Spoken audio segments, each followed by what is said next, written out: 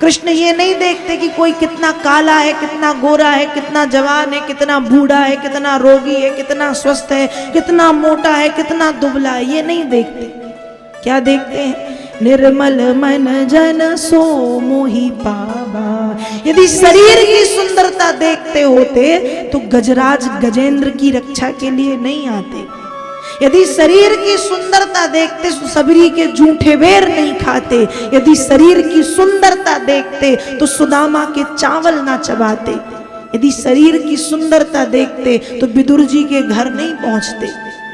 तो भगवान शरीर की सुंदरता नहीं, भगवान मन की सुंदरता को देखते हैं, मन देखते हैं। तो गोपी कहती है मुझे देखने का पहला कारण कि कन्हैया चेहरे की सुंदरता नहीं, मन की सुंदरता को देखते हैं। और मुझे देखने का दूसरा कारण, कन्हैया भी काले और मैं भी काली, तो अपने रंग वाली को ज्यादा देखेंगे। तुम गोरी गोरी तो इतनी सारी, तुमको देख देख के तो वो ऊब जाएंगे, इसलिए अपने रंग वाली को देखेंगे। मैं भी काली और कन्हैया भी काले।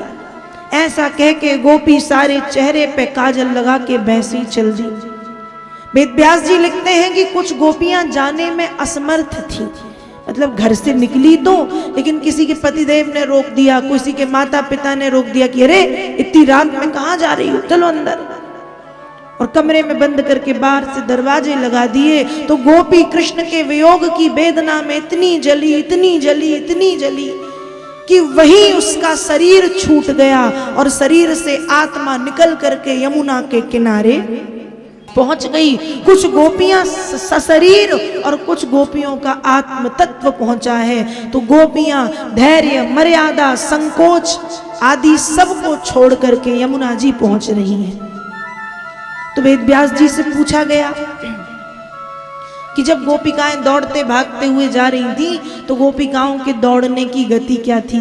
बाबा जी कहते हैं उस समय मेरे पास कोई गति मापक यंत्र तो थोड़ी था, लेकिन जब गोपियां दौड़ रही थी तो कहा जवलोल कुंडलहा, गोपियों के जो कानों के कुंडल थे वो जोर जोर से हिल रहे थे।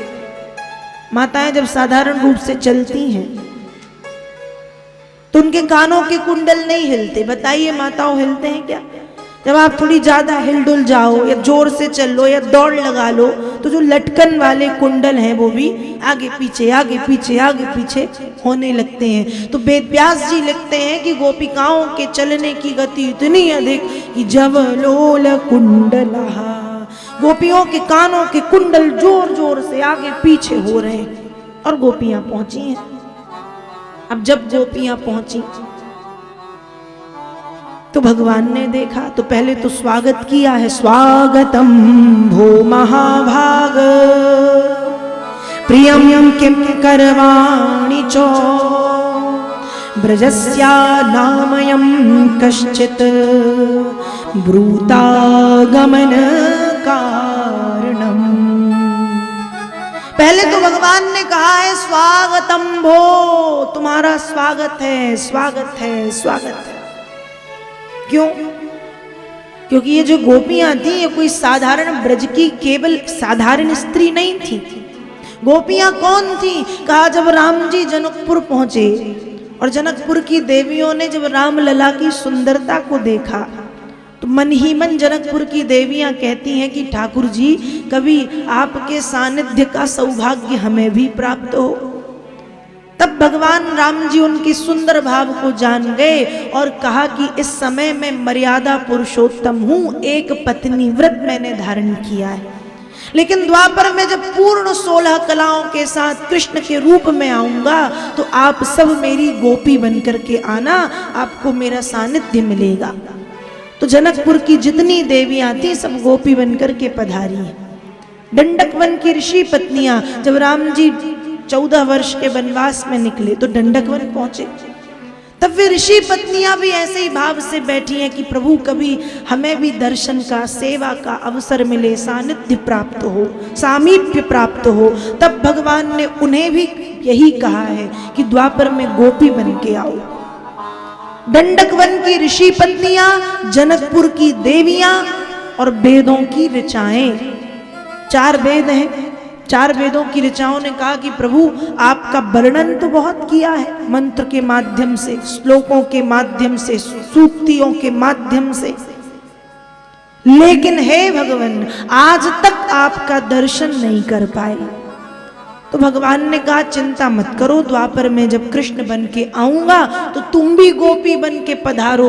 तो जनकपुर की देवियां, दंडक वन की ऋषि पत्नियां और वेदों की ऋचाएं गोपी बन करके पधारी हैं। और आज भगवान ने ब्रज की विभूतियों को जब एक साथ आते हुए देखा तो भगवान भी बोल पड़े स्वागतम भो, तुम्हारा स्वागत है, स्वागत है, स्वागत है, अरे आओ आओ आओ। पहले तो खूब स्वागत किया और फिर भगवान ने गोपियों से 10 प्रश्न पूछे कि क्यों आई हो। 10 प्रश्न किए हैं कि क्यों आई हो। उस समय गोपियों ने 11 उत्तर दिए हैं 10 प्रश्नों के।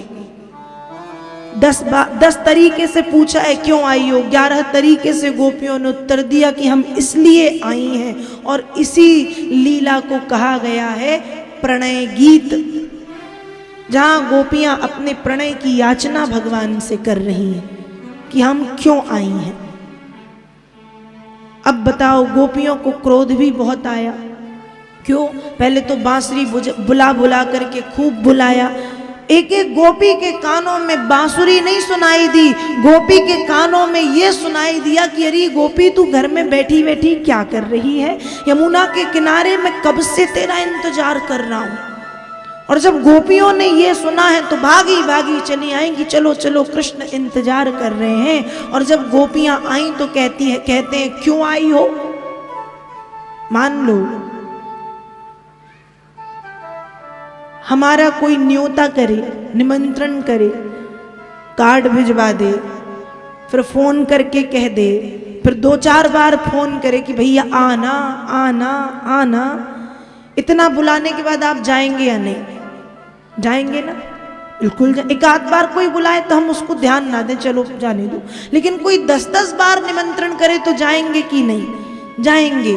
लेकिन जब हम उसके यहाँ पहुंचे और वो बाहर बैठा रहे और कहते भैया क्यों आए हो, तो कैसा लगेगा?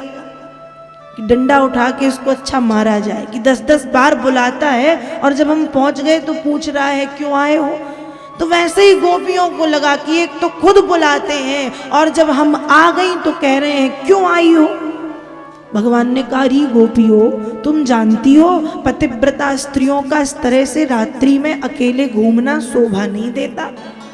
जाओ जाओ लौटो, तुम्हारे पति तुम्हारे माता पिता तुम्हारा इंतजार कर रहे होंगे। गोपियां सुनती नहीं।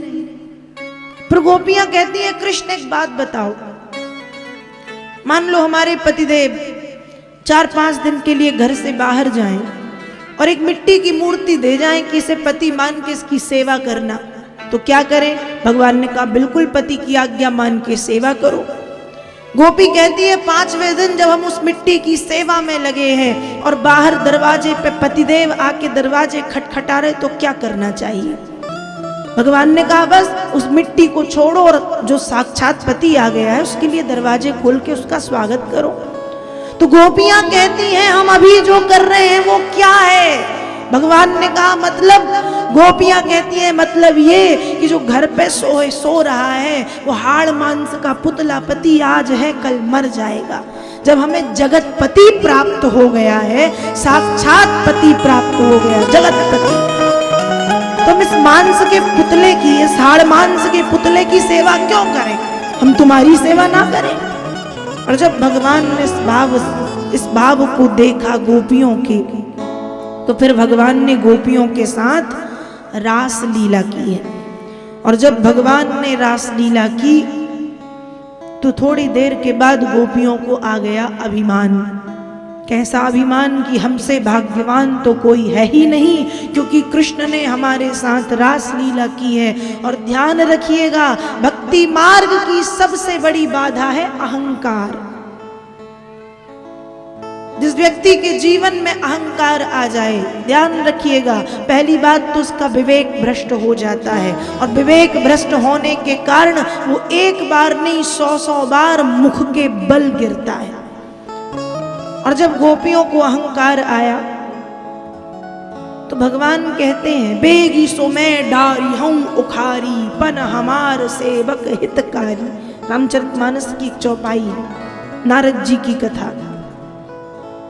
जब नारद जी को अभिमान आया तो भगवान यही संकल्प लेते हैं कि नारद जी के मन में जो अहंकार का बीज अंकुरित हुआ है उसे जल्दी से जल्दी उखाड़ करके फेंकना पड़ेगा, नहीं तो नारद जी के भक्ति मार्ग की सबसे बड़ी ये बाधा बन जाएगी। और आज भगवान ने गोपियों में जब वही भाव देखा कि अहंकार का बीज अंकुरित हो रहा है, जल्दी से उखाड़ के फेंको, नहीं तो ये भक्ति मार्ग की सबसे बड़ी बाधा है। तो भगवान गोपियों को छोड़ के भाग गए। अब भागे तो नहीं भगवान, क्योंकि भगवान भक्त को छोड़ के कभी नहीं भागते, लेकिन गोपियों के आंखों में जो अहंकार का पर्दा पड़ गया, उस पर्दे के कारण गोपियों को कृष्ण दिखाई नहीं दे रहे और चारों तरफ गोपियां भगवान को खोजती हैं, हे कृष्ण आप कहां चले गए, हे कृष्ण आप कहां चले गए। यमुना के किनारे कुंज गलियों में रमण रेती में बड़े बड़े वृक्षों से गोपियां पूछती हैं कि भैया तुम्हारी दृष्टि तो बड़ी दूर तक जा रही है, जरा देख करके बताओ कहीं श्याम सुंदर नजर आ रहे हैं। गोपियां तुलसी के पौधे से पूछती हैं कि माँ आपकी खुशबू के कारण आपके चारों तरफ, कृष्ण के चारों तरफ भौरे मंडराते रहते हैं, फिर भी कृष्ण आपसे इतना प्रेम करते हैं कि आपको अपने गले से अलग नहीं करते, हृदय से अलग नहीं करते। तो माँ आप ही बता दो क्या कन्हैया को देखा है। मैया तुलसी कहती है मैंने नहीं देखा।